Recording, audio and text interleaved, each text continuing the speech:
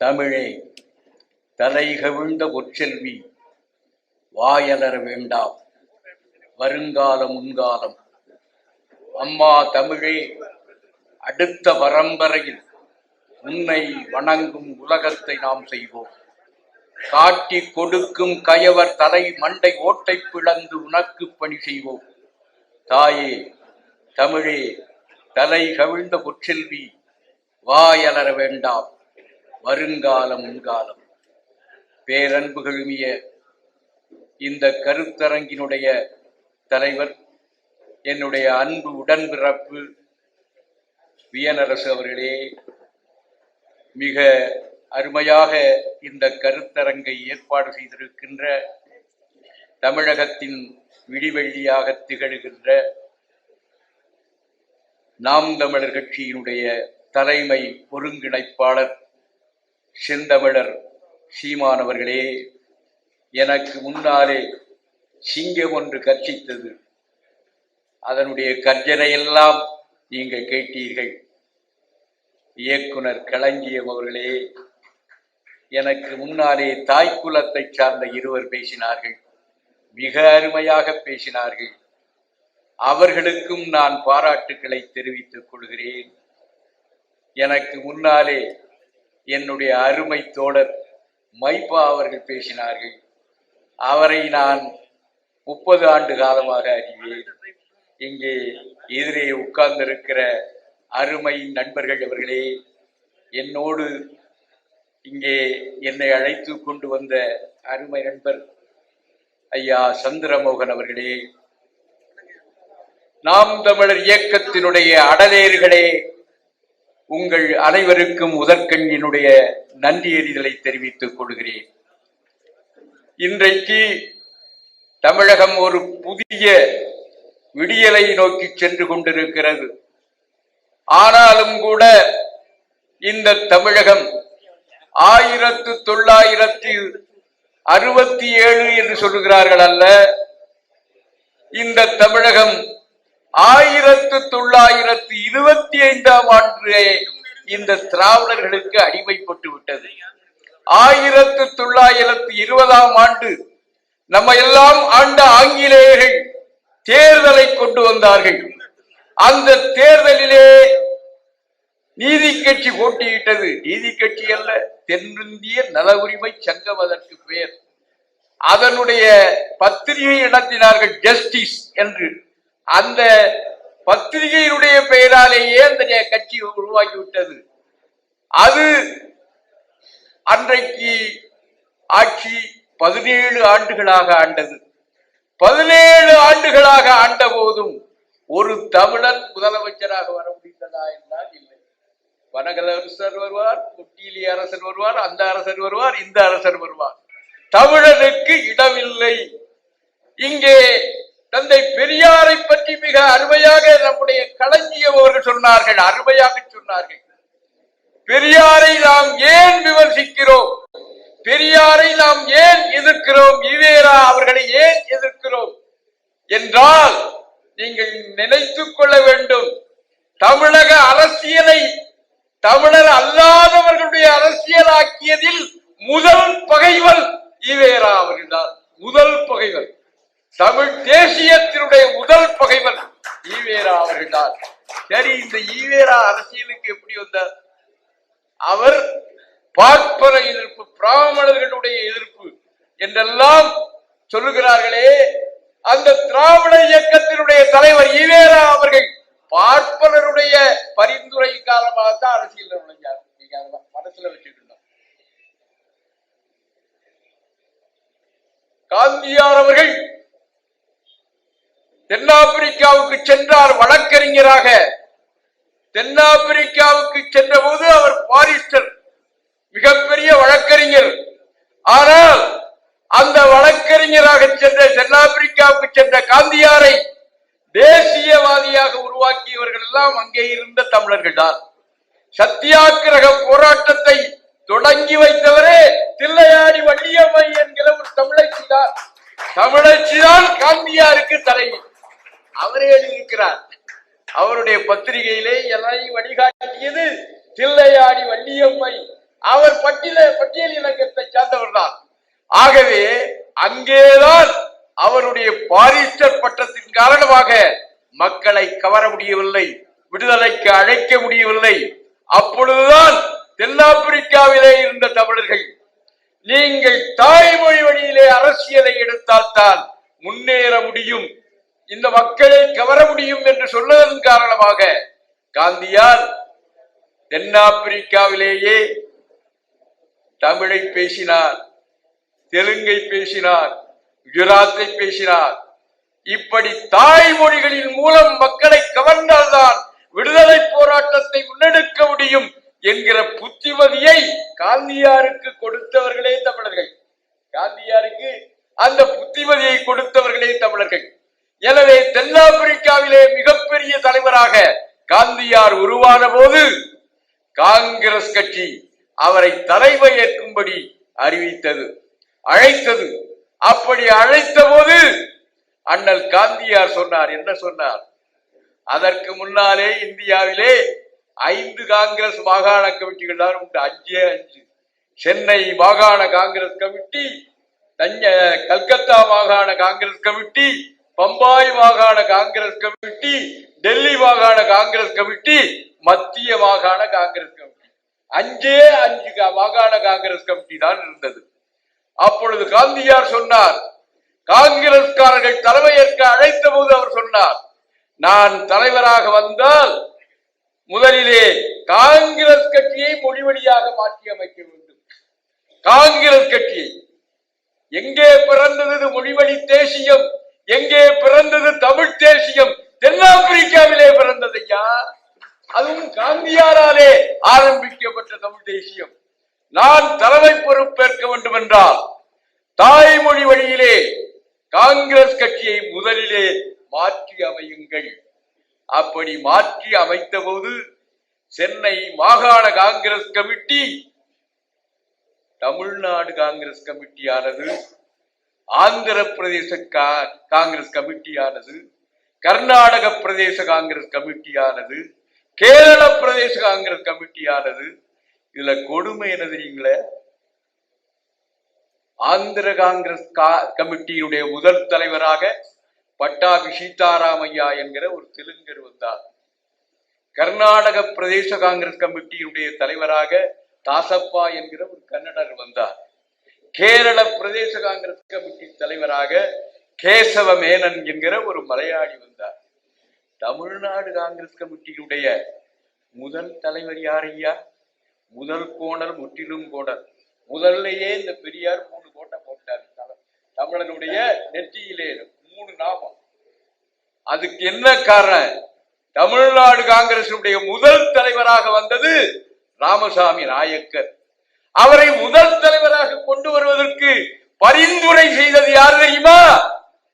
காலமெல்லாம் பார்ப்பன எதிர்ப்பு, பிராமண எதிர்ப்பு என்று பெரியார் பேசினார் என்று சொல்லுகிறாரே, அந்த பிராமணோத்துவர் ராஜகோபாலாச்சாரி தான் சிபாரிசு பண்ணாரு.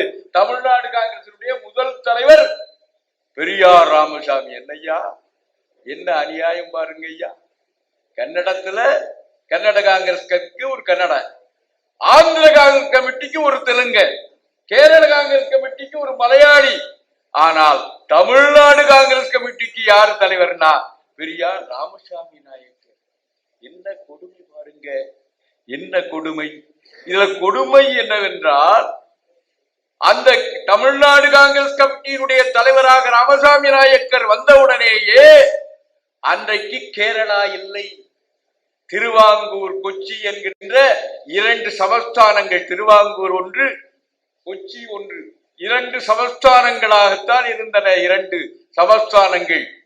அப்பொழுது கேரள பிரதேச காங்கிரஸ் கமிட்டி அமைந்த போது முழுக்க முழுக்க இன்றைக்கு இருக்கிற கேரளாவிலே அங்கெனாதபடி எங்கும் தமிழர்கள் நிறைந்திருந்தார்கள். அந்த தமிழர்கள் எல்லாம் நாங்கள் கேரள காங்கிரஸ் கமிட்டியிலே சேர மாட்டோம், எங்களை தமிழ்நாடு காங்கிரஸ் கமிட்டியில் தான் சேர்த்துக் கொள்ள வேண்டும் என்று இன்றைக்கு கேரளாவாக இருக்கிற அன்றைய திருவாங்கூர் கொச்சி சமஸ்தான மக்கள் எல்லாம், தமிழர்கள் எல்லாம் ஒருமிக்க கோரிக்கை வைத்தார்கள். நான் கேட்கிறேன், பெரியார தமிழன் இல்லண்டா வேற எவன்டா தமிழன் எழுதுறானே தன்மானம் கிட்ட பைய அவனை நான் கேட்கிறேன். ஏண்டா அவன் தமிழனாக இருந்திருந்தால், ராமசாமி நாயக்கர் தமிழனாக இருந்திருந்தால் என்ன செய்திருப்பான்? வாருங்கள் மக்களே, தமிழ்நாடு காங்கிரஸிலே உங்களை நான் சேர்த்துக் கொள்கிறேன். திருவனந்தபுரத்து தமிழர்களே, கொச்சி தமிழர்களே வாருங்கள், கொல்லன் தமிழர்களே வாருங்கள் என்று இணைத்துக் கொண்டிருப்பாரா இல்லையா? இணைத்துக் கொண்டிருப்பாரா இல்லையா? மாறாக தமிழ்நாடு காங்கிரஸ் கமிட்டியினுடைய தலைவராக இருந்த ராமசாமி நாயக்கர் என்ன சொல்லுகிறார்? நீங்க கேரளா காங்கிரஸ் கமிட்டியில தான் சேரணும், தமிழ்நாடு காங்கிரஸ் கமிட்டியில நான் உங்களை சேர்த்துக்க மாட்டேன். என்னடா இவனை போய் தமிழன் சொன்னா இவனாடா? அந்த மக்கள் தாங்களாக முன்வந்து தமிழ்நாடு காங்கிரஸ் கமிட்டியில நாங்கள் சேர்வோம் என்று சொன்ன போது உங்களை நான் சேர்த்துக் கொள்ள மாட்டேன். அவன் தமிழனா? சேர்த்துக் கொள்ள மாட்டேன் என்று சொல்லுகிறார். சேர்த்துக் கொள்ள மாட்டேன் என்று சொன்னாலும் பரவாயில்ல, நீங்க கேரள பிரதேச காங்கிரஸ் கமிட்டியில சேரணும். அப்படி சொல்ல போதுதான் எங்களுடைய PS மணி என்கிற தலைவர், தானூரிங்க நாடார் என்கிற தலைவர், இந்த தானூரிங்க நாடார் இல்ல, இந்து மகாசபை தானூரிங்க நாடார் இல்ல, அவருக்கு முன்னாலே இருந்தவர், அவர்கள் எல்லாம் ஒன்று கூடி நீ என்னடா சொல்றது, திருவாங்கூர் கொச்சி தமிழ்நாடு காங்கிரஸ் அவன் பேர் வச்சு கன்னியாகுமரி மாவட்டத்தை நம்மோடு சேர்த்தான். இந்த பையன் ஒரு துரும்ப கூட அசைக்கவில்லை. அதோடு மட்டுமல்ல அருமை நண்பர்களே, ஒன்றை நீங்கள் நினைவு கொள்ள வேண்டும். ராமசாமி நாயக்கர் இல்லை என்றால் இன்றைக்கு கேரளா ஒன்றுபட்ட கேரளா உருவாயிருக்காரு. தெரியுமா உங்களுக்கு? இன்றைக்கு ஒன்றுபட்ட கேரளாவினுடைய தலைவர் யாருன்னு ஒருத்தர் சொல்லணும்னா ராமசாமி நாயக்கர் தான் சொல்லணும். பெரியார் ராமசாமி நாயக்கர் தான் சொல்லணும். ஏன் என்று கேட்டால் அன்றைய திருவாங்கூர் கொச்சி சமஸ்தானத்திலே நீக்க வர அங்கெங்கும் தமிழர்கள் இருந்தார்கள். அவர்களை தமிழ்நாடு காங்கிரஸ் கமிட்டியிலே சேர்த்துக் கொண்டிருப்பார்களானால் கேரளா உருவாகி இருக்காது. உருவாகி இருந்தாலும் எப்படி இருக்கும்? இன்னைக்கு நம்முடைய புதுச்சேரி இருக்கிறது பாருங்கள், தனி மாநிலம். புதுச்சேரி தமிழ்நாட்டில் இருக்குது, காரைக்கால் தமிழ்நாட்டில் இருக்குது, ஏலம் கேரளாவில் இருக்குது, மற்ற மாகி கேரளாவில் இருக்குது, ஏலம் ஆந்திராவில் இருக்குது. அதே மாதிரி தான் கேரளாவும் அங்கொன்னு இங்கொன்னு பாக்கெட்டா இருந்திருக்குமே தவிர ஒன்றுபட்ட கேரளா இருந்திருக்காது. இன்றைக்கு முல்லை பெரியாறு அணைக்கு அதை சேதமானதை திருத்துவதற்கு கூட அனுமதிக்க மாட்டேன் என்று கேரள வனத்துறை சொல்லுகிறதே. கேரள வனத்துறை உருவாகி இருக்காது, தமிழ்நாடு வனத்துறையாகத்தான் இருந்திருக்கும். அதற்கு வழிகோடியவர் யார்? ராமசாமி நாயக்கர். கேரளாவினுடைய தந்தை என்று ஒருத்தரை சொல்ல வேண்டும் என்றால் நம்பூதிரி பாடல்ல, கருணாகரன் அல்ல, ராமசாமி நாயக்கர் என்றுதான் சொல்லணும். ராமசாமி நாயக்கர் என்றுதான் சொல்லணும். அப்படி முதலாகவே தமிழ்நாட்டுக்கு வஞ்சனை செய்தவர் ராமசாமி நாயக்கர் அவர்கள். சரி, காங்கிரஸ்ல இருந்து நீ வெளியேறின. நான் கேட்கிறேன், அருமை நண்பர்களே, குறித்து வைத்துக் கொள்ளுங்கள். ராமசாமி பெரியார் காங்கிரஸ் கட்சியிலிருந்து எப்போது வெளியேறினார்? விஜயராகவாச்சாரி தலைவராக, தமிழ்நாடு காங்கிரசுடைய தலைவராக இருந்த போதா, அல்லது ராஜகோபாலாச்சாரி தமிழ்நாடு காங்கிரஸ் கட்சியுடைய தலைவராக இருந்த போதா, அல்லது ஐயங்கார் என்று எத்தனையோ ஒரு 10 தலைமுறை தலைவர்களாக இருந்தார்கள், அவர்கள் இருந்த போதா? யார் இருந்த போது காங்கிரஸ் கட்சியிலே இருந்து விலகினார்?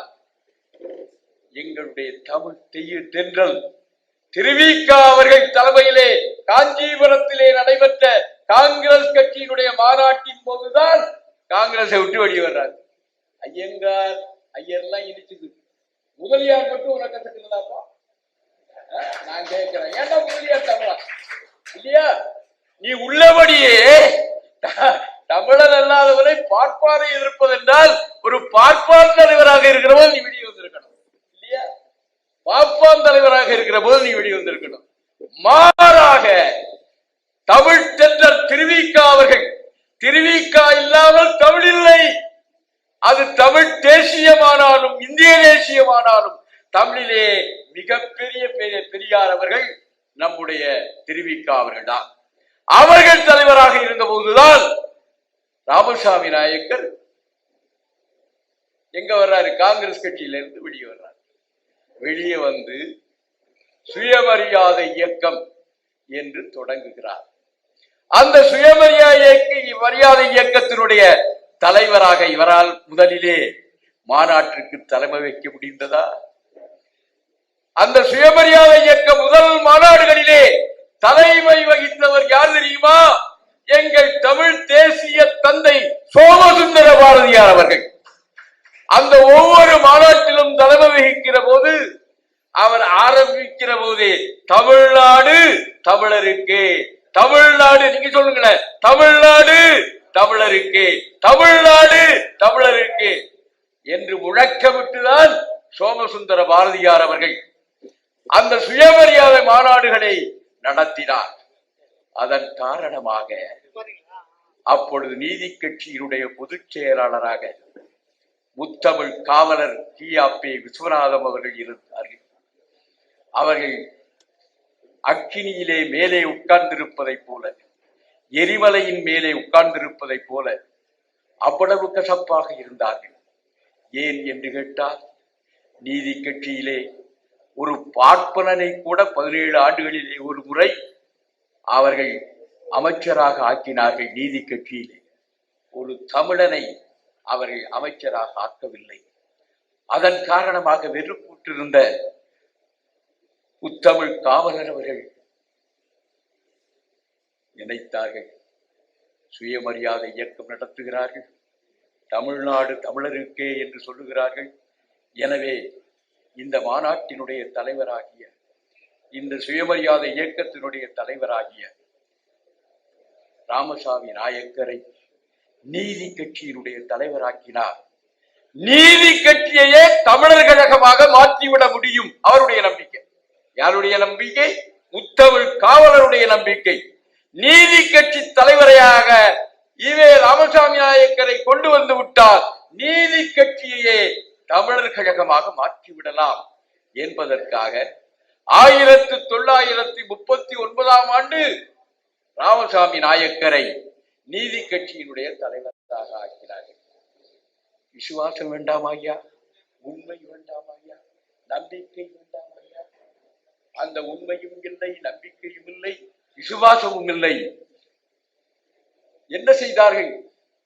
1939 ஆண்டு ராமசாமி நாயக்கர் அவர்கள் நீதி கட்சியினுடைய தலைவராக ஆகிறார். நீதி கட்சியினுடைய தலைவராக அவரை ஆக்கியதே முத்தமிழ் காவலர் விஸ்வநாதம், கியாபே விஸ்வநாதம் அவர்கள். எதற்காக ஆக்கினார்? நீதி கட்சியை தமிழர் கழகமாக மாற்ற வேண்டும் என்பதற்காக. அப்படி தமிழர் கழகமாக மாற்ற வேண்டும் என்பதற்காக 1944 ஆண்டு சேலத்திலே மாநாடு கூட்டுகிறார்கள். நீதி கட்சியினுடைய கடைசி மாநாடு சேலத்திலே அந்த மாநாடு நடைபெறுகிறது. அந்த மாநாட்டிலே எங்களுடைய சோமசுந்தர பாரதியார், தமிழ் தேசிய தலைவர் சோமசுந்தர பாரதியார் கலந்து கொள்ளுகிறார்கள். தனித்தமிழ் இயக்கத்தினுடைய தலைவர் அண்ணல் தங்கோ அவர்கள் கலந்து கொள்ளுகிறார்கள். கியாபே விஸ்வநாதம் அவர்கள் கலந்து கொள்கிறார்கள். இன்னும் சொல்லிக் கொண்டே போகலாம். தமிழ் தேசியத்திற்கு அடிப்படையாக இருந்த அத்துணை தலைவர்களும் கலந்து கொள்கிறார்கள். அந்த மாநாடு சேலத்திலே நடைபெறுகிறது. அந்த மாநாட்டிலே காலையிலே தீர்மானம் நிறைவேறுகிறது. நீதி கட்சியினுடைய பெயர் இன்றையிலே இருந்து தமிழர் கழகம். நீதி கட்சியினுடைய முழக்கம் தமிழ்நாடு தமிழருக்கே. தீர்மானம் நிறைவேறிவிடுகிறது. அன்றைய தினம் இன்றைக்கு இருப்பதைப் போல நட்சத்திர விடுதிகள் வரவில்லை. நட்சத்திர விடுதிகளிலே தலைவர்கள் இருந்து கொண்டு கூட்டம் வந்துவிட்டதா என்று கேட்டு, கூட்டம் வந்துவிட்டது என்று சொன்ன பிறகு காரிலே வருகிறார்களே இன்றைக்கு தலைவர்கள், அதை போன்ற நிலை அன்றைக்கு இல்லை. எனவே அந்த மாநாட்டு பந்தலிலே மதிய உணவுக்காக தலைவர்களும் தொண்டர்களும் ஒன்றாக உட்கார்கிறார்கள். சமபந்தி போஜனம் என்று சொல்லுவார்களே, அதை போல மதிய உணவுக்காக உட்கார்கிறார்கள். ராமசாமி நாயக்கர் உட்காருகிறார், தலைவர், மாநாட்டினுடைய தலைவர். அவருக்கு இருபுறத்திலே, ஒரு புறத்திலே டார்பிடோ ஜனார்த்தனம். டார்பிடோன்னா என்னது? சென்னை கோட்டையில குண்டு போட்டானே ஜெர்மன்கார, அந்த கப்பலுக்கு பெயர் டார்பிடோ. அந்த டார்பிடோ கப்பல் குண்டு போடுவதை போல இந்த ஜனார்த்தனம் பேசுவாராம், திராவிட கொள்கைகளை பேசுவாராம். ஆகையினால அந்த டார்பிடோ ஜனார்த்தனம் வலது புறத்துல உட்கார்ந்து இருக்கிறார். இடது புறத்துல யார் தெரியுமா? ஐயா, சின்னராஜு நாயுடு, சிற்றரசு, சிந்தனை சிற்பி, சிபி சிற்றரசு. இவரு இதற்கு ரெண்டு பேரும் உட்கார சோறு பரிமாறப்படுகிறது. ராமசாமி நாயக்கர் அந்த பந்தியிலே இருந்து ஒரு வாய் சோற்றை எடுத்து வாயில வைக்க போறார். அப்போ இந்த ரெண்டு பேரும் பிடிச்சுக்கிறாங்க. அவர் ஒரு கையை பிடிக்கிறார், இவர் ஒரு கையை பிடிக்கிறார். ஐயா, நீ கன்னட பலிஜ நாயுடு, தெலுங்கன்னா நீ இருந்தாலும் கூட கன்னட பலிஜ நாயுடு தமிழனை ஏமாத்துறதுக்காக சொல்லிட்டு இருக்கிற. நீ கன்னட பலிஜ நாயுடு, நாங்கள்லாம் தெலுங்கு பலிஜ நாயுடு. ஆக தெலுங்கு பலிஜ நாயுடும் கன்னட பலிஜ நாயுடும் சேர்ந்து தமிழ்நாடு தமிழருக்கு தமிழர் கழகம் என்று ஆரம்பிச்சா, ஒருவேளை தமிழ்நாடு வந்துவிட்டால் இந்த தமிழர்கள் எல்லாம் நம்மளை வெளியே தூக்கி போட மாட்டான்னு என்ன அவங்க கேட்கிறாங்க. கேட்கிறாங்க, நீயும் நானும் சேர்ந்து தமிழர் கழகமாகவும் தமிழ்நாடு தமிழருக்கே என்று தீர்மானம் போட்டா, நாளைக்கு தமிழ்நாடு விடுதலை பெற்றால் இவர்கள் நம்மை வெளியே தூக்கி போட மாட்டார்கள் என்று என்ன நிச்சயம் என்று கேட்டபோது, உள்ளபடியே பெரியாருக்கு தமிழ் உணர்வு இருந்திருந்தால், தமிழன் என்கிற பற்று இருந்திருந்தால் என்ன சொல்லி இருக்க வேண்டும்? சும்மா கிடக்கடா, என்னை விட எவன்டா தமிழ அப்படின்னு கேட்டுக்கிட்டுமா இல்லையா? என்னை விட எவன்டா தமிழன் சொன்னா இந்த திருமாவளவன் இன்னைக்கு நூல் எழுதுறதுக்கு நியாயம், இன்றைக்கு நூல் எழுதுறதுக்கு நியாயம். என்னை விட எவன்டா தமிழன் தான் சொல்லி இருக்கட்டும். மாறாக, ஆமாப்பா நீங்க சொல்றதுலயும் நியாயம் இருக்குதுப்பா, நாம தலைமை கையிட்டு தமிழ்நாடு தனிநாடா வந்துட்டா இந்த தமிழர் பைகள்லாம் நம்மளை சேர்ந்து வெளியே தூக்கி போட மாட்டான்னு என்ன உறுதி இருக்குது? சிந்திக்க வேண்டியதுதான். அப்படி என்றால் பெயரை மாற்ற வேண்டும். எப்படிப்பா?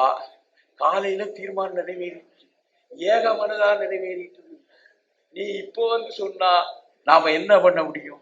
ஏப்பா இல்ல, இடம் இல்ல, மாலை நிகழ்ச்சி இருக்கிறது, மாலையில நம்முடைய சீமானவர்கள் பேச போகிறார்கள், அதே போல அங்கேயும் மாலை நிகழ்ச்சி இருக்கிறது.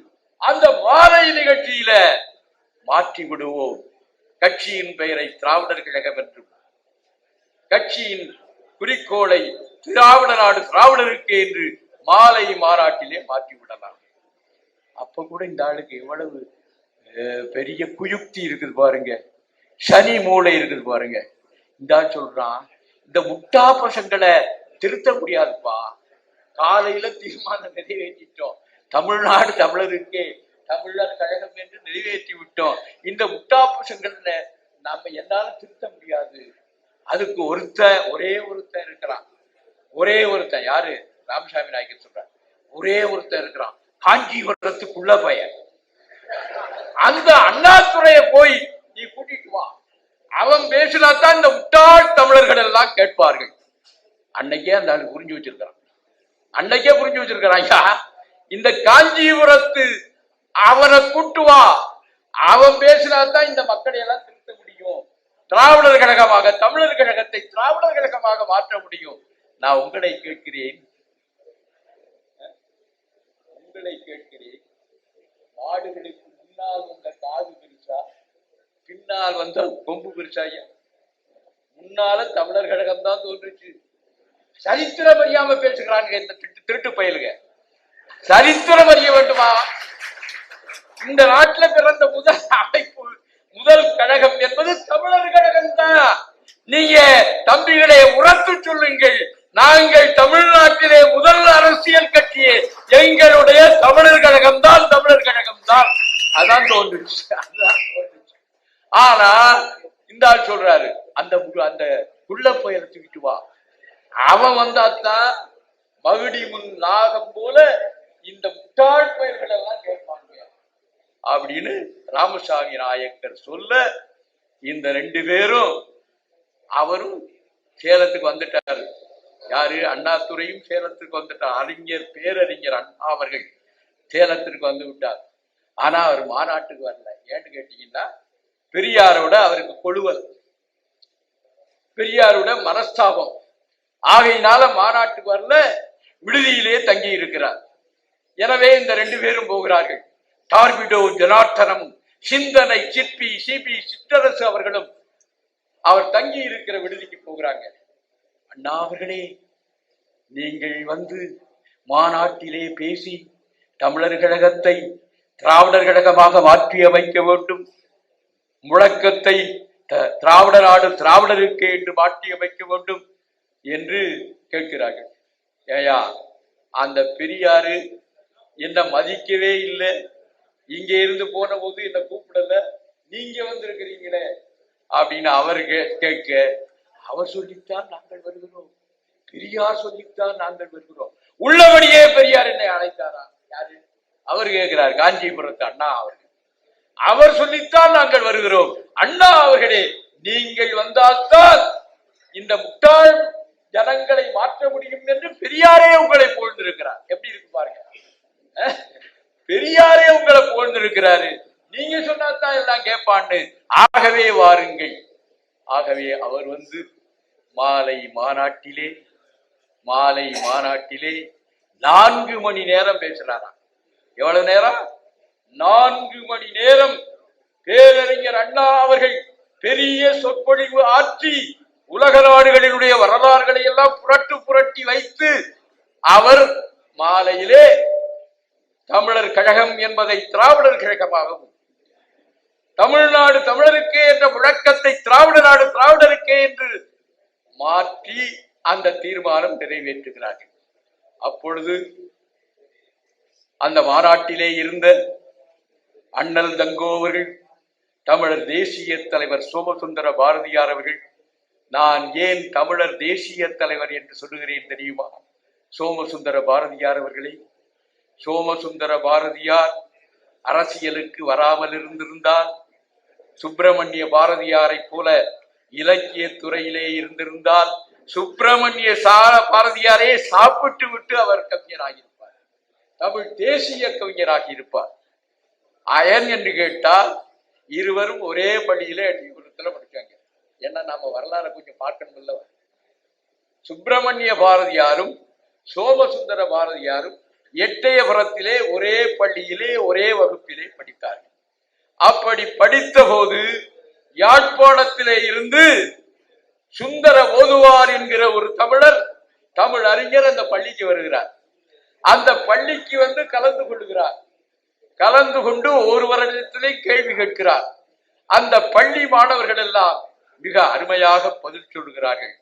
அப்படி பதில் சொன்ன காரணத்தினாலே அவர்களை பாராட்டி, நமக்கு எங்க இருந்து வருது பாருங்க ஞானம், அதை சொல்றேன், யாழ்ப்பாணம் தான் ஈழம்தான் தமிழர்களுக்கு என்றைக்கும் முதலடி கொடுத்திருக்கிறது என்பதற்காக நான் சொல்லுகிறேன்.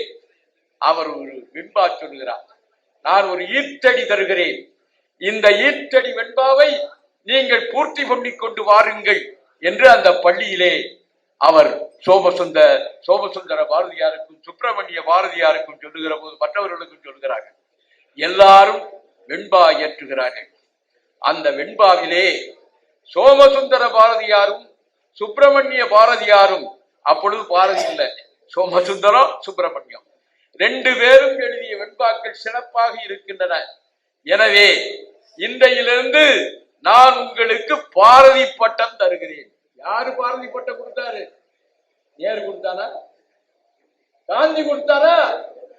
யாரு பாரதி பட்டம் கொடுத்தாரு? யாழ்ப்பாணத்து ஓதுவார் கொடுத்தது. நீயும் பாரதி, அவனும் பாரதி. அவர் கவிதைத்துறையிலே இருந்தார், சிறந்தார். இவருக்கு அரசியலுக்கு வந்து விட்டார் சோமசுந்தர பாரதியார். அவருடைய பெருமைக்கு நான் ஒன்று சொல்லுகிறேன். என்னுடைய அருமை தோழர் வியலரசு அவர்கள் பேசுகிற போது சொன்னார் அல்லவா, இந்தியாவினுடைய முதல் தொழிற்சங்கவாதி, இந்தியாவினுடைய முதல் கப்பலோட்டிய இந்தியன் அல்லது கப்பலோட்டிய தமிழன் வ.உ.சி. அவர்கள் கப்பல் கம்பெனியை தொடங்கினாரே, அந்த கப்பல் கம்பெனியிலே முதல் நாள் தொடக்கம் இறுதி நாள் வரை ஒரு காசு கூட சம்பளம் வாங்காமல் அதனுடைய நிர்வாகியாக இருந்தவர் தான் எங்களுடைய தமிழ் தேசிய தந்தை சோமசுந்தர பாரதியார். ஒரு ரூபாய் சம்பளம் கப்பலோட்டிய தமிழன தெரியும், அவர் நிர்வாகத்திற்கு காரணமான சோமசுந்தர பாரதியார தெரியாது. அது மட்டுமல்ல, 1948 ஆண்டு எங்கள் தமிழர் தந்தை ஆதித்தனார் அவர்கள் சிங்கப்பூரிலே வழக்கறிஞராக இருந்து அவருக்கு கீழே 8 ஆங்கிலேயர்கள் வழக்கறிஞராக இருந்தாங்க. பாருங்க தமிழன் எவ்வளவு பெரிய நாட்டுக்கான். அவர் ஒரு வழக்கறிஞர் குழுமம் நடத்தி இருக்கிறார் சிங்கப்பூரிலே ஆதித்தனார் அவர்கள். அந்த குழுமத்திலே அவருக்கு கீழே 8 ஆங்கிலேய வழக்கறிஞர்கள் இருந்தார். அப்படிப்பட்ட அந்த ஆதித்தனார் அவர்கள் தமிழ்நாட்டிற்கு செல்ல வேண்டும், தமிழ்நாட்டிலே முதலாவதாக ஏடு நடத்த வேண்டும், இந்த தமிழர்களை விழிப்புணர்வு உண்டாக்க வேண்டும். ஏன் விழிப்புணர்வு உண்டாக்க வேண்டும்? அவருடைய பட்டறிவு. 2ஆம் உலகப் போரின் முதல் உலகப் போரிலும் தந்தை ஆதித்தனார் அவர்கள் லண்டனிலே படித்துக் கொண்டிருந்த போது அவர்கள் தன்னுடைய சுய சம்பாத்தியத்திலேதான் லண்டனிலே பாரிஸ்டர் படிப்பு படித்தார். அப்படி படிப்பதற்கான செலவு வேண்டுமல்லவா? அந்த செலவை ஈடு செய்வதற்காக தந்தை ஆதித்தனார் அவர்கள் யுத்த களத்திற்கே சென்று செய்திகளை சேகரித்து லண்டனிலே நடைபெறுகிற ஆங்கில ஏடுகளுக்கு அந்த யுத்த செய்திகளை கட்டுரைகளாக ஆக்கி கொடுத்து அதன் மூலம் ஊதியம் பெற்றார். அதன் மூலம் ஊதியம் பெற்றது ஒரு பெரிதல்ல. அவர் சொல்லுகிறார், அவருடைய எழுதுகிறார், அப்படி நான் செய்திகளை சேகரிப்பதற்காக உலகப் போர் நடைபெற்றுக் கொண்டிருந்த போது உலகப் போரினுடைய களங்களிலே சென்று பார்த்தபோது எல்லா களங்களிலும் நேச நாட்டு படைகளில் அச்சு நாட்டு படைகளில் தமிழர்கள் இருந்தார்கள். ஆறு வெள்ளைக்காரனுக்காக உயிர் கொடுத்து பாடுபட்டவன் தமிழர். 2 நாட்டு படைகளிலும் 2 அணிகளிலும் என்னுடைய தமிழர்கள், என்னுடைய உடன்பிறப்புகள் சிப்பாய்களாக வீரர்களாக வீர போராட்டத்தை நடத்தி கொண்டிருந்தார்கள்.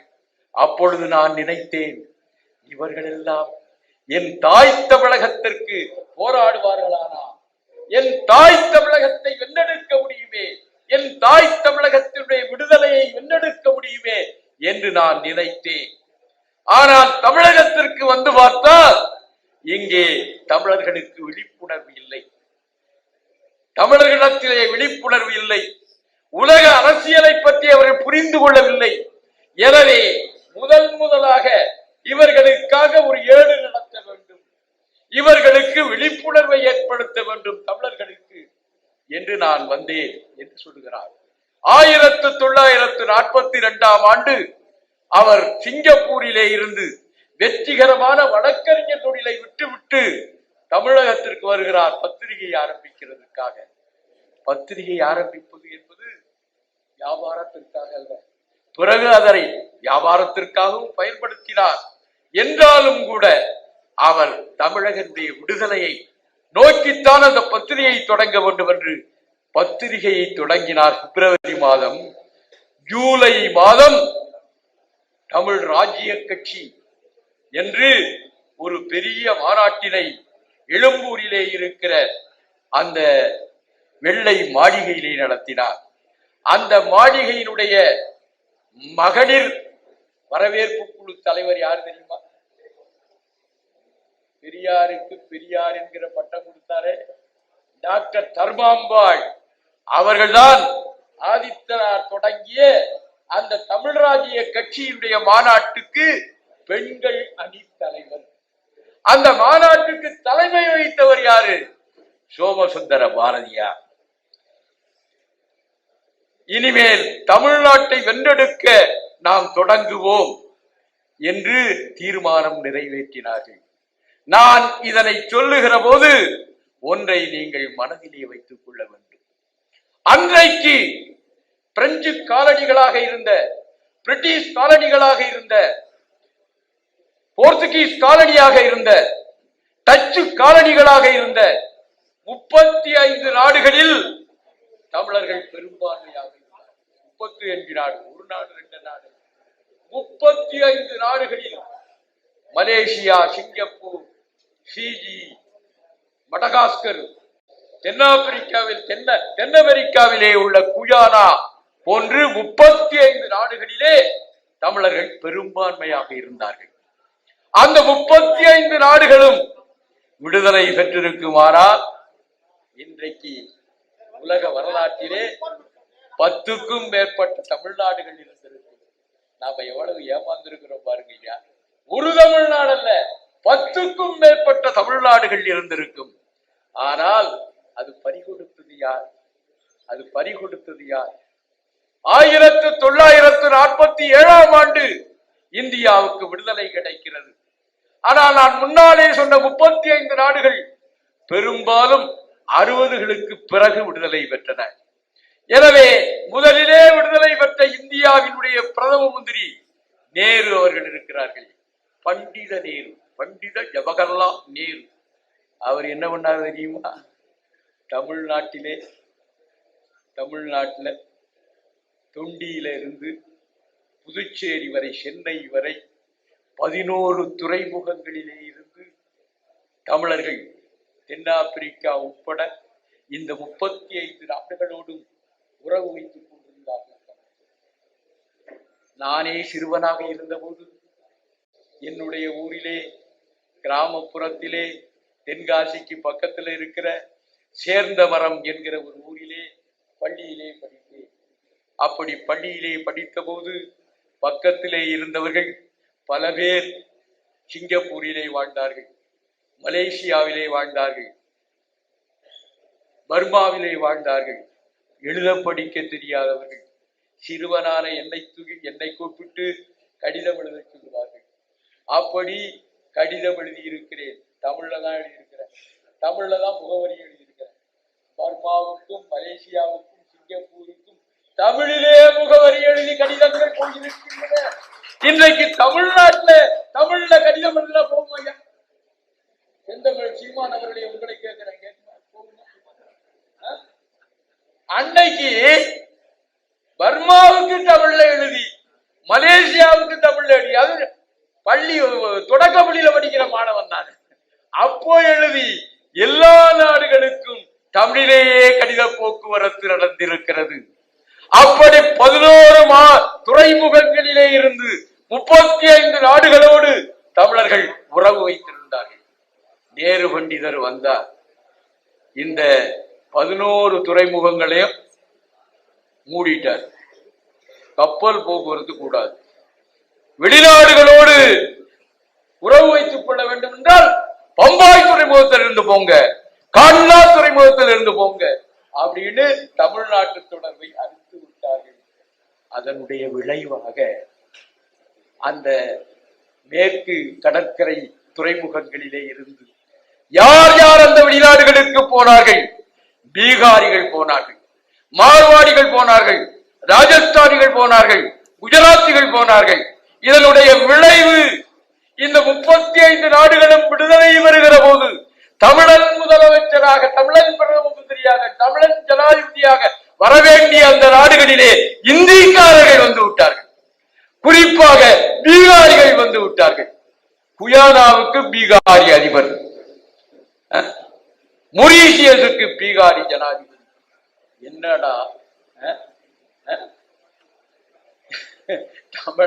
தமிழன் உழைத்து உருவாக்கிய நாடுகளில் இந்த பீகாரிகளும், குஜராத்திகளும், மார்வாடிகளும் போய் இன்றைக்கு அதனுடைய ஆளுநர்களாக வந்திருக்கிறார்கள். அதனுடைய விளைவு என்ன தெரியுமா? தமிழ்நாட்டுல நீங்க RN ரவி ஆளுநரா வந்திருக்கிறாருன்னு நீங்க நினைக்கிறீங்க. யார் அவர்? உளவுத்துறை அதிகாரி. உளவுத்துறை அதிகாரியா? அவர் ஒரு பீகாரி. பீகாரி தான் தமிழன் எங்கெல்லாம் போனானோ அங்கெல்லாம் தமிழன் ஆட்சிக்கு வர முடியாதபடி ஆக்கியவர்கள் பீகாரிகள். நீங்கள் மனதிலே வைத்துக் கொள்ள வேண்டும். நாங்கள் தந்தை பெரியார் அவர்களை நாங்கள் எதிர்க்கிறோம் என்றால் என்ன காரணம்? அவருக்கு எங்களுக்கு என்ன வாய்ப்பு தகுறாரா, வாய்க்கால் தகுறாரா, அல்லது அவர் எங்களுக்கு பொண்ணு கொடுக்க மாட்டேன்ட்டாரா? ஒன்றை சொல்லணும், நீங்க பெரியாரை பெண்ணியல்வாதிகள் புரட்சிக்காரர்கள் என்று சொல்லுகிறார்கள். ஆனா உன்னடிய பெண்ணடிமைத்தனத்தினுடைய முதல் தலைவன் பெரியார் ராமசாமி. அதற்கு சான்று என்னவென்றால் அவருடைய வரலாறு சாமி சிதம்பரனார் என்கிற ஒரு சுயமரியாதை எழுத்தாளர் எழுதியிருக்கார். நான் எழுதல, அண்ணன் சீமா எழுதல. யார் எழுதியிருக்கிறார்? அது பெரியார் இயக்கத்தில் இருந்து சாமி சிதம்பரனார் எழுதியிருக்கிறார். அவர் என்ன சொல்றாரு? பெரியாருடைய மனைவி யாரு சொல்லுங்க பாப்போம், பேர் என்ன? நாகம்மையார். இந்த நாகம்மையார் மேல அவருக்கு ஒரு சந்தேகம் வந்துருக்கு. ஐயா, அவர் போராட்டத்திலேதான் வந்துட்டாங்க அந்த அம்மா. அந்த அம்மா மேல பெரியாருக்கு ஒரு சந்தேகம் வந்துருக்கு. உடனே இந்த போக்கிரி பயல்கள் இருக்காங்க பாருங்க, அவர் ரவுடி கூட்டத்தோடு தான் அலைவாராம் ஈரோட்டுல. அப்படி சில ரவுடிகளை அழைத்து காசு கொடுத்து, டேய் என் பொண்டாட்டி சிவன் கோயிலுக்கு போறான், ஈரோட்டுல இருக்கிற சிவன் கோயிலுக்கு போறான், அப்படி போயிட்டு வர்ற போது சாமி தரிசனம் பண்ணிட்டு வெளியே வர்ற போது நீங்க பள்ளி அறைக்கு அடைங்கடா. பொண்டாட்டிய, தாலி கட்டிய பெண்டாட்டிய அடியாட்களை வைத்து அவளை பள்ளி அறைக்கு அடையுங்கள் என்று அவர் பெரியார் சொன்னார் என்று நான் எழுதல, சாமி சிதம்பரனார் எழுதியிருக்கிறார்.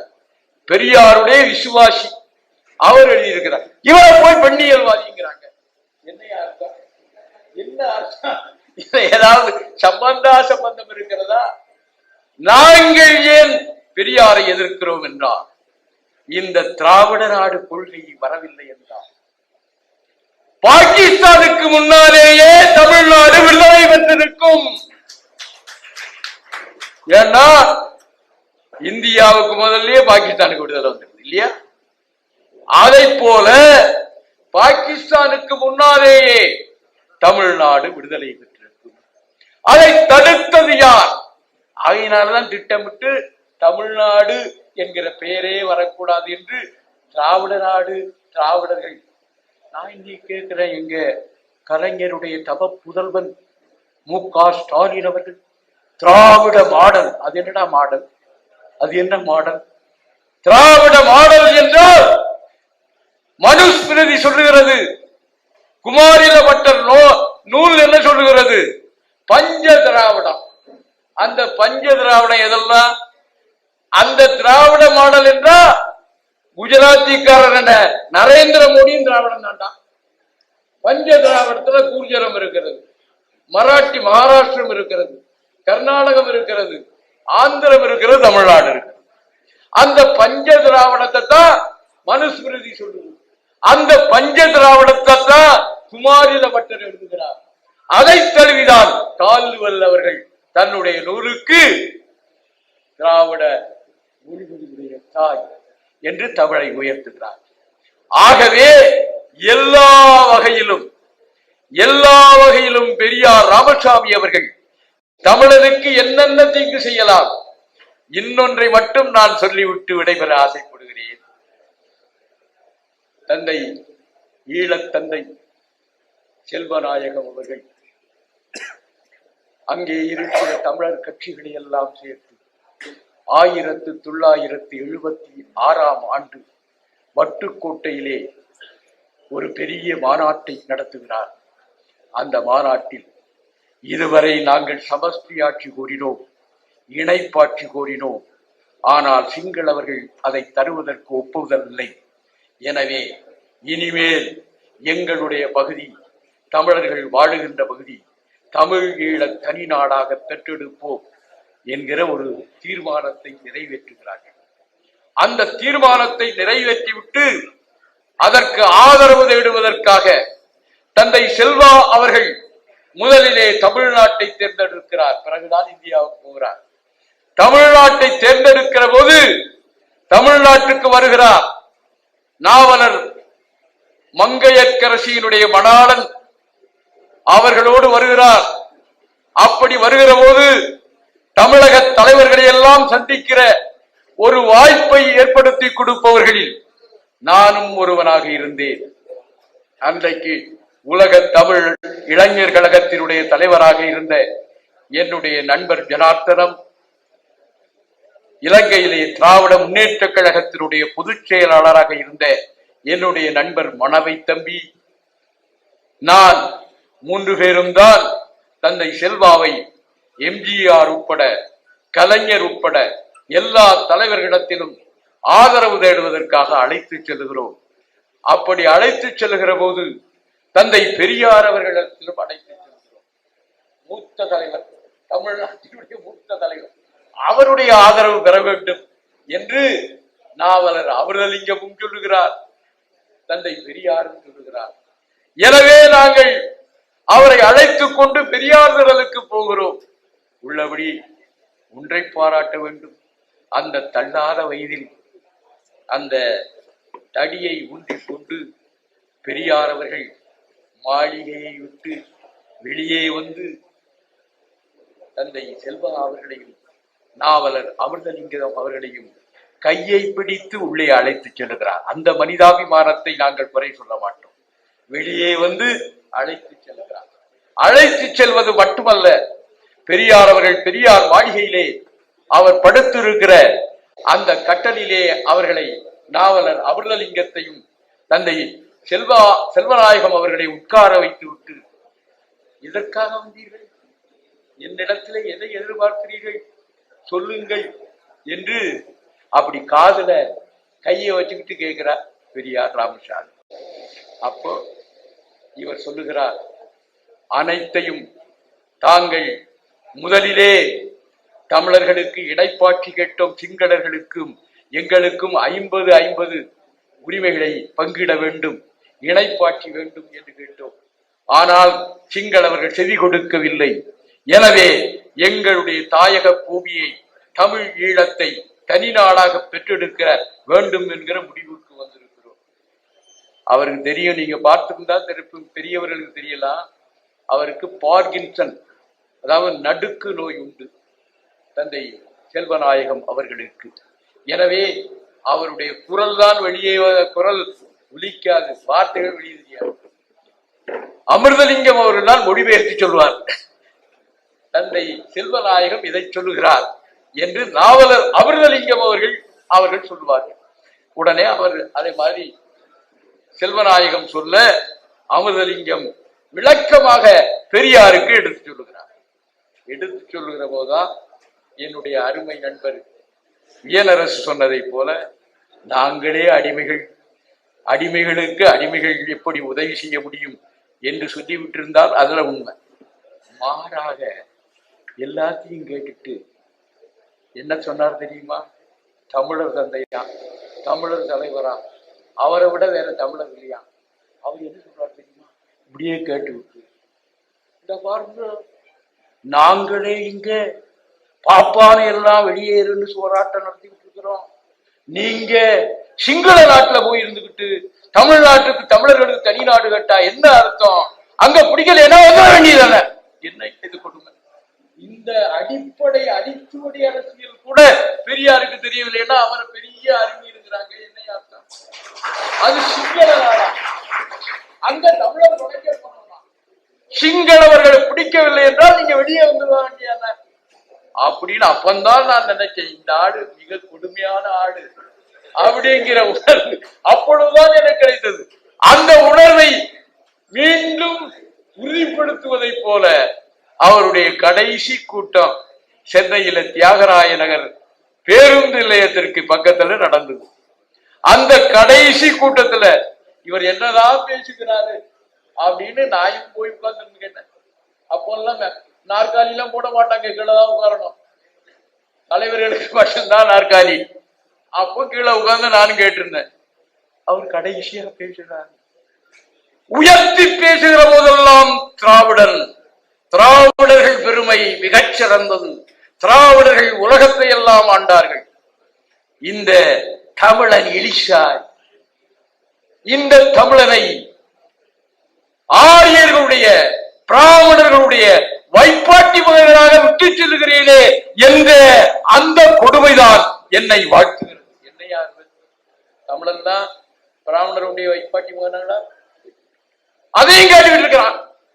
என்னுடைய அருமை நண்பர் நம்முடைய இயக்குனர் களஞ்சியம் பேசுகிறவங்க சொன்னார், அவன் பெரியார் நட்டா யாரா தமிழன்னு கேட்டான். யானா எவனும் கேட்கலையேன்னு கேட்டாரு. அங்க மட்டும் இல்ல, பெரியார் கூட்டத்திலேயே தான் பெரியார் தமிழர்களெல்லாம் தேவடியா மக்கள் சொல்றான். அந்த தெலுங்க எல்லா பையனும் பார்த்துக்கிட்டு இருக்கான். நான் தான் எழுந்திருச்சேன், பக்கத்துல தான் என்ன பிடிக்காமட்டான். ஆகவே ஆகவே ஏன் என்று கேட்டால், பெரியார் அவர்களுடைய சமூக நீதியை பற்றி கலைஞர் பேசினார், அண்ணா அவர்கள் பேசினார், இன்றைக்கு ஸ்டாலினும் பேசுகிறார். இந்த சமூக நீதி வந்த சரித்திரம் தெரியுமாயா? சமூக நீதி என்று ராமசாமி பெரியார் தொடங்கியது என்ன காரணம்னா, தமிழ்நாட்டில் வாழுகிற தெலுங்கர்களும் தமிழ்நாட்டிலே வாழுகிற கன்னடர்களும் தமிழ்நாட்டிலே வாழுகிற மலையாளிகளும் இருக்கட்டும், மலையாளிகளும் தமிழர்களோடு கலந்து தமிழர்களாக ஆகிவிடக் கூடாது. எனவே அவர்கள் சாதியை காப்பாற்றுவதற்காகத்தான் இடஒதுக்கீடு. உங்களுக்கு இல்ல, பட்டியலின மக்களுக்காக இல்லை. தெலுங்கன் தெலுங்கனாகவே இருக்க வேண்டும், கன்னடன் கன்னடராகவே இருக்க வேண்டும், மலையாளி மலையாளியாகவே இருக்க வேண்டும். அதுதான் சமூக நீதி. அதோடு மட்டுமல்ல, தெலுங்கனுக்கு ஆந்திரா வேண்டும், தனி மாநிலம். கன்னடருக்கு கர்நாடகம் வேண்டும், தனி மாநிலம். மலையாளிகளுக்கு தனி மாநிலம் வேண்டும், கேரளா. தமிழனுக்கு மட்டும் திராவிட நாடு தான். ஏன்னா தமிழனுக்கு தனிநாடு இருக்கக்கூடாது. இவன் தமிழர் ஐயா, கன்னடனுக்கு ஒரு மாநிலம் தனி மாநிலம் இருக்கலாம், தெலுங்கர்களுக்கு ஒரு ஆந்திரா என்று தனி மாநிலம் இருக்கலாம், மலையாளிகளுக்கு ஒரு தனி மாநிலம் இருக்கலாம். ஆனா தமிழனுக்கு மட்டும் தமிழ் மாநிலம் இருக்கக்கூடாது. அது திராவிட நாடாக மாற வேண்டும். ஒரே ஒரு உதாரணம் சொல்லுகிறேன். சண்டே அப்சர்வர் என்கிற ஒரு ஆங்கில ஏட்டை அந்த காலத்துல, பிரிட்டிஷ்காரன் காலத்துல பாலசுப்பிரமணிய முதலியார் என்பவர் நடத்தினார். உங்களுக்கு தெரியும். அவர்தான் வடநாட்டு தலைவர்களை பெரியார் சந்திக்கிற போதெல்லாம் அவருடைய மொழிபெயர்ப்பாளராக செயல்பட்டார். யாரு? Sunday observer Balasubramaniam. அது மாதிரி ஜின்னா அவர்கள் பம்பாய்க்கு வந்திருந்த போது ஜின்னாவை சந்திப்பதற்காக பெரியார் போகிறார். பெரியார் ராமசாமி போகிறார். மொழிபெயர்ப்பாளராக நம்முடைய சண்டே அப்சர்வர் பாலசுப்பிரமணியம் போகிறார். அவர்கிட்ட போய் பெரியார் கேட்கிறார். இவர் சொல்றதா அவர் மொழிபெயர்க்கிறார். நாங்க திராவிட நாடு இருக்கிறோம், எங்க பண்பாடு வேற, எங்களுடைய பாரம்பரியம் வேற. எனவே இந்த திராவிட நாட்டு நீங்க பாகிஸ்தான் கேட்கிறீங்க, உங்க பாகிஸ்தானை நாங்க ஆதரிக்கிறோம், எங்க திராவிட நாட்டை கோரிக்கையை நீங்க ஆதரிக்கணும் அப்படின்னு காயிதே ஆஜம் ஜின்னா சாஹிப் அவர்களிடத்துல எங்களுடைய பகுத்தறிவு தந்தை பெரியார் அவர்கள் கேட்கிறார்.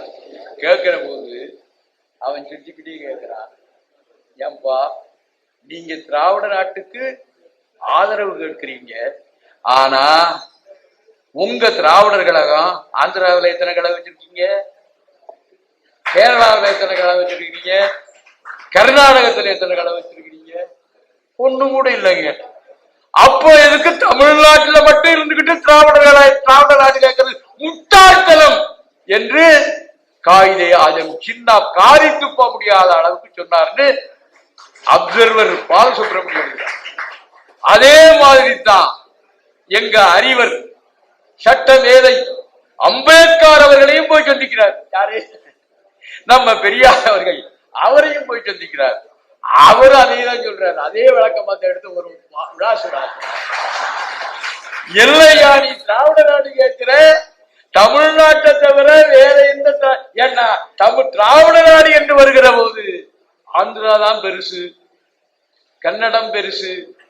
அதையெல்லாம் அங்கெல்லாம் ஒரு கடை கூட ஆரம்பிக்காம தமிழ்நாட்டுல மட்டும் குட்டு சட்டிக்குள்ள குதிரை ஓட்டிக்கிட்டு நீ திராவிட நாட்டை கேட்கிறியே, நான் ஆதரிக்க முடியாது. இந்த லட்சணத்துல அவர் தமிழர் தலைவராம். என்னையா அர்த்தம்? என்ன அர்த்தம்? கார் உள்ள அளவும் கடல் நீர் உள்ள அளவும் இந்த பார் உள்ள அளவும் இந்த தமிழ்நாட்டை நாங்க தான் ஆளுவோம். என்னையா இது? இது என்ன? நான் கேட்கிறேன், ஆந்திராவில் எத்தனை தமிழர்கள் எம்எல்ஏக்களாக இருக்கிறார்கள், எம்பிக்களாக இருக்கிறார்கள், அமைச்சர்களாக இருக்கிறார்கள். சித்தூர் மாவட்டம் இருக்கிறது, நெல்லூர் மாவட்டம் இருக்கிறது, கடப்பா மாவட்டம் இருக்கிறது. இந்த 3 மாவட்டங்களிலும் தமிழர்கள் தான் பெரும்பான்மை. எத்தனை பேருக்கு ஆந்திராவிலே பதவி கொடுத்திருக்கிறார்கள்.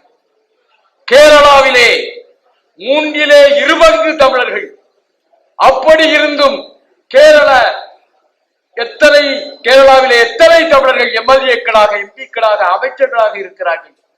கர்நாடகத்திலே அதனுடைய தலைநகரே தமிழர்களுடைய தலைநகரம். தமிழர்களுடைய தலைநகரம் ஐயா வெண்காலூர். தமிழர் அருமையாக பெயர் வைத்தார். காலையிலே பார்த்தால் அந்த காற்று வெண்மையாக இருக்கும். எனவே வெண்காலூர் என்று தமிழன் பெயர் வைத்தார். அந்த வெண்காலூரை எதற்காக தலைநகராக்கிறார்? தமிழனை தவிர தென்னிந்தியாவில் இருக்கிற அத்தனை பெயர்களும் புத்திசாலி. ஏன்னு கேட்டீங்கன்னா, பெங்களூர் தமிழர்களுடைய தலைநகர் என்று தெரியும். கன்னடர்களுக்கு பாரம்பரிய தலைநகர் மைசூர் தான். தசரா நடத்துறாங்க. உலகம் முழுவதும் இருந்து சுற்றுலா பயணிகள் வருகிறாங்க. அப்ப மைசூரா தலைநகர் ஆக்கியிருக்கலாம் ஐயா இல்லையா? கேளுங்க, நீங்க கேளுங்க. மைசூரத்தானே அவர்கள் பாரம்பரிய தலைநகர் ஆக்கியிருக்க வேண்டும். ஏன் பெங்களூரை கர்நாடகத்தினுடைய தலைநகர் ஆக்கினாங்க? பெங்களூரில் தமிழர்களால் 65 விழுக்காடு வாழுகிறார்கள். எனவே எந்தைக்கு இருந்தாலும் தமிழ்நாட்டோடு சேர்ந்து விடும். எனவே அதை தமிழ்நாட்டோடு சேராமல் இருக்க வேண்டும் என்றால் கர்நாடகத்தினுடைய தலைநகர் ஆக்கிடும். எவ்வளவு தீர்க்க தரிசனம் பாருங்க. அதே மாதிரி கேரளாவை எடுத்துங்க. கொச்சி துறைமுக நகரம். இன்றைக்கு இஸ்ரேல் பிரதமர் முராஜி தேச நம்முடைய மோடி, நரேந்திர மோடி மூலம் கேரளாவை ஆளுகிறவர்கள் ஒரு பெரிய ஆவணத்தை மலையாளத்துல, அது தமிழ்ல இருந்த ஆவணம், மலையாளத்துல மொழிபெயர்த்து அதை தங்க பேழையில வச்சு மோடியின் மூலம் இஸ்ரேல் பிரதமருக்கு கொடுக்கிறான். என்னடா இது அநியாயம்! தமிழ்ல இருந்த ஆவணம் மலையாளத்துல ஆவணமே கிடையாது. 500 ஆண்டுகளுக்கு பிறகு பிறந்த நம்ம மொழி அது. அப்படி இருக்கிற போது அந்த கேரளாவில காந்தளூர் சாலை கலவரத்து என்று எங்களுடைய ராஜராஜ சோழனுடைய கல்வெட்டிலே வரும். அந்த காந்தளூர் என்று தெரியுமா? அதான் திருவனந்தபுரம் ஐயா. காந்தளூர் தான் திருவனந்தபுரம். இன்றைக்கும் அதனுடைய இதய பகுதியாக இருக்கிற சாலையில் தமிழர்கள் தான் இன்றைக்கும் பெரும்பான்மை. இன்றைக்கும் சாலை பகுதியில் தமிழர்கள் தான் பெரும்பான்மை. அவனும் கொச்சியை விட்டுட்டு, கோட்டயத்தை விட்டுட்டு ஏன் திருவனந்தபுரத்தை தலைநகராக்கினா? தமிழர்கள் பெரும்பான்மையாக இருக்கிறார்கள். என்றைக்கு இருந்தாலும் இது தமிழ்நாட்டோடு போய்விடும். எனவே இதை கேரளாவினுடைய தலைநகராக என்ன பாருங்க. இப்படி அவர்கள் எல்லாம் தீர்க்க தரிசனமாக செயல்பட்டுக் கொண்டிருக்கிற போது இங்கே இருக்கிற தமிழர்கள் திராவிட இயக்கத்திற்கு ஓட்டு போடுகிறார்கள் என்றால் வெட்கமாக இருக்கிறது ஐயா. இந்த தமிழ்நாட்டில் வாழ்கிறத விட தற்கொலை பண்ணி கொள்ளலாமான் இருக்கையா, தற்கொலை பண்ணி கொள்ளலாமா இருக்கலாம். உள்ளபடியே செந்தமிழன் சீரான் அவர்களை நான் இருகரம்புக்கு வணங்குகிறேன். ஏன் தெரியுமா? தோல்வியுற்றாலும் நாங்கள் தேர்தலிலே எந்த தேர்தலானாலும் நாங்கள் சந்திப்போம், தமிழர்களை சிந்திக்க வைப்போம் என்று தவறாமல் போரிடுகிறார். ஏன் என்று கேட்டால், ஓட்டு வேட்டுமுறை மூலம் ஆதித்தனார் சொல்லுவார், எங்களுக்கு சுதந்திரம் வேண்டும், அது வேட்டுமுறையில் வந்தாலும் சரி, ஓட்டு முறையில் வந்தாலும் சரி, இரண்டையும் சமமாக ஆதரிப்போம் என்றுதான் 1962ஆம் ஆண்டே அந்த தேர்தலிலே நாம் தமிழர், அப்பவே அவர் பெயர் வச்சுட்டார். தேர்தலுக்கு நிற்கிற போது நாம் தமிழர் கட்சி தான் நாம் தமிழர் கட்சி என்று பெயரிட்டார். 62ஆம் ஆண்டு தேர்தலில் தோற்று போனார். ஆனா ஒரே ஒரு உதாரணம் சொல்கிறேன், உங்களுக்கு தெரியும். ஆப்பிரிக்காவிலே எத்தியோப்பியா என்று ஒரு நாடு இருக்கிறது. பழம்பெரும் நாடு. ஹைலி சலாசி என்பது அந்த நாட்டினுடைய மன்னராக, பரம்பரை மன்னராக இருந்தார். அந்த மன்னரை வீழ்த்திவிட்டு ராணுவம் ஆட்சியை பிடித்தது. மங்கோஸ், ஜெனரல் மங்கோஸ் என்பவன் எத்தியோப்பியாவினுடைய சர்வாதிகாரியாக மாறினான். அப்பொழுது அமெரிக்கா உட்பட உலக நாடுகள் எல்லாம் அங்கே எத்தியோப்பியாவிலே தேர்தல் நடத்தி மக்களுடைய வாக்களிப்புக்கு ஏற்ப ஜனநாயக ஆட்சி அமையவில்லை என்றால் உங்களுக்கு பொருளாதார தடை, எந்த பணமும் எந்த நாட்டிலிருந்து எத்தியோப்பியாவுக்கு கிடைக்காது. ரஷ்யா மீது இன்றைக்கு பொருளாதார தடை விதித்திருக்கலாம். ஏன்னா ரஷ்யா வளமான நாடு, கொஞ்சம் தாக்கு பிடிக்குது. எத்தியோப்பியா வறுமையான நாடு. எனவே அவர்களால் அந்த பொருளாதார தடையை தாக்கு பிடிக்க முடியவில்லை. தாக்கு பிடிக்க முடியவில்லை என்ற உடனே தேர்தலை அறிவித்தார் ஜெனரல் மங்கோஸ். அந்த எத்தியோப்பியாவிலே, இந்தியாவிலே நாம் தமிழ்நாடு இருப்பதை போல எரித்திரியா ஒரு மாநிலமாக இருந்தது. அந்த எரித்திரியாவிலே ஒரு விடுதலை இயக்கம் இருந்தது. நான் இந்த விடுதலை இயக்கத்தை சொல்லுகிற போது ஒன்றை சொல்ல வேண்டும். உலக வரலாற்றை எல்லாம் எடுத்துக்கொண்டு போனால், உலக வரலாற்றிலே விடுதலை போராட்டம் நடைபெற்ற காலத்திலேயே, அந்த விடுதலை கற்கிற மண்ணிலேயே ஒரு சுதந்திர அரசை அமைத்து வழிகாட்டினார் என்றால் எங்களுடைய தேசிய தலைவர் பிரபாகரன் ஒருவரே தான். வேற எந்த நாட்டிலும் சுதந்திர போராட்டம் நடைபெற்றுக் கொண்டிருந்த போது அந்த மண்ணிலேயே சுதந்திர ஆட்சியை அமைத்த வரலாறு கிடையாது. இந்தியாவிலே கூட நேதாஜி அவர்கள் சுதந்திர அரசை, ஆசாத் ஹிந்த் என்கிற அரசை அமைத்தார். எங்க அமைச்சார் ஐயா? சிங்கப்பூர்ல போய் அமைச்சார். அதுவும் ஜப்பானுடைய ஆதரவோடு. அவருக்கு முன்னாலே இன்னொரு செந்தமிழன், யார் அவரு? ஜெய்ஹிந்த் செண்பகராமன். அவன் பெர்லினிலே போய் சுதந்திர அரசாங்கத்தை அமைத்தான். அவன் தான் இந்த தேசிய மக்கள் படை என்று நேதாஜி அவர்கள் நியமித்தாரே, அதை தொண்டர் படை என்று நிறுவியவன் தமிழன் செண்பகராமன். ஜெய்ஹிந்த் என்ற முழக்கத்தை தந்தவன் பல பேருக்கு தெரியாது. நேதாஜி நினைச்சுட்டு இருக்கிறான். ஜெய்ஹிந்த் என்ற முழக்கத்தை தந்தவனும் ஒரு தமிழன் தான், தமிழன் செண்பகராமன் தான். நான் இதை ஏன் சொல்லுகிறேன் என்றால், அப்படி அவர்கள் எல்லாம் மற்ற நாடுகளிலே இருந்துதான் அந்த விடுதலை அரசாங்கத்தை, சுதந்திர அரசாங்கத்தை, சுதந்திர போராட்டம் நடைபெற்றுக் கொண்டிருந்த போது அவர்கள் அமைத்தார்கள். ஆனால் உலக வரலாற்றிலேயே விடுதலை போராட்டம் நடைபெற்ற ஈழத்திலே, வன்னியிலே சுதந்திர அரசாங்கத்தை நியமித்தவர் எங்கள் தேசிய தலைவர் பிரபாகரன். மறவர் படைதான் தமிழ் படை, தமிழ் மானம் ஒன்றுதான் அடிப்படை, வெறிகொள் தமிழர் புலிப்படை, இவர் வெல்வார் என்பது வெளிப்படை, அமையும் பண்பில் முதற்படி, பிறர் ஆள நினைத்தால் செருப்படி, செருப்படி என்று சொல்லுவாங்க. அப்படிப்பட்ட புலிப்படையினுடைய தலைவர் தான் உலக வரலாற்றிலேயே சுதந்திர அரசாங்கத்தை போராட்டம் நடந்துவிட்ட காலத்திலேயே. நான் உங்களை கேட்கிறேன், ஒன்றை கேட்கிறேன், அமைத்தார் என்பதோடு மட்டும் கடற்படை வைத்திருந்தார், கப்பற்படை வைத்திருந்தார், விமானப்படை வைத்திருந்தார், தனி நீதிமன்றம் வைத்திருந்தார். விமானப்படையினுடைய அந்த தமிழர் விமானப்படையை பார்த்து சிங்கள விமானப்படை நடுங்கியது. ஏன் என்று கேட்டால், அந்த குழுப்பில் இருக்கிற விமானப்படையை அடித்து நொறுக்கியது தமிழருடைய விமானப்படை. அப்படிப்பட்ட வரலாற்றுக்கு சொந்தக்காரர்கள் அந்த தமிழன் போராடிய போது உள்ளபடியே இந்த வைகோ நாயக்கர் இருக்கிறாரே, எவ்வளவு கொடியவன்!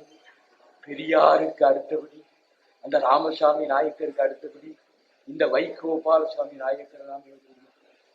ஏன்னு கேட்டா, உள்ளபடி புலிகள் அந்த கொரில்லா வார்ஃபேர் என்று சொல்லுவார்களே, கரந்துரையும் போர், அந்த கரந்துரையும் போரை அவர்கள் கை கொண்டிருந்தவரை சிங்களவர்களாலே ஆட்ட முடியவில்லை, அசைக்க முடியவில்லை தமிழ் புலிப்படைகளை. மாறாக இந்த வைகோ போன்ற இந்த 5ஆம் படையினர் சென்று என்ன சொன்னாங்க? உலகத்திலேயே மிகச்சிறந்த போராளிகள் நீங்கள் இப்படி கரந்துரையும் போராட்டத்தை நடத்துகிறதுனாலதான் உலகத்தில் உங்களை பயங்கரவாதிகள் என்று இந்தியாவும் சொல்லுகிறது, மற்ற நாடுகளும் சொல்லுகின்றன. எனவே நீங்கள் நேரடி போருக்கு பாரம்பரிய போருக்கு பாரம்பரிய போரிலும் உங்களால் வெல்ல முடியும். பாரம்பரிய போரிலும் நீங்கள் சிங்கள படைகளை துவம்சம் செய்து விடுவீர்கள் என்று ஐஸ்வரிக்கிறார். எப்போதாவது இவர்கள் ஒரு 100கணக்கான போன ஒரு 1000கணக்கான பேர் புலிப்படையில், ஆனா சிங்கள படையில பயிற்சி பெற்ற 25 லட்சம் ராணுவம் இருக்கிறது. அந்த 25 லட்சம் ராணுவத்திடத்துல நேருக்கு நேர் நின்று இந்த சில ஆயிரம் புலிகள் போராட முடியுமா? அப்படி போராட்ட களத்தை மாற்றியதால் தான் எங்கள் புலிப்படை தோற்றதே தவிர இல்லை என்றால் சிங்கள படையை நிச்சயமாக துவம்சமாக்கி இருக்கும் எங்களுடைய புலிப்படை. அப்படி மடை மாற்றியதால் தான் 2009ஆம் ஆண்டு அந்த போரிலே, உள்நாட்டு போரிலே, என்னையா எனக்கு முன்னாலே என்னுடைய தங்கையர்கள் எல்லாம் இருக்கிறார்கள். நான் போனேன் ஈழத்திற்கு. 1 லட்சம் தாய்மார்கள், தமிழ் தாய்மார்கள் இளமைகளாக 1-2 இல்லை, 1 லட்சம் பேர். கொடுமை அல்லவா? அப்படி கொடுமை நடந்து கொண்டிருந்த போது இங்கே ஆட்சியிலே இருந்தவர் யார்?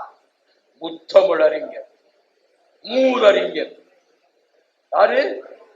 எங்களுடைய கலைஞர் கருணாநிதி.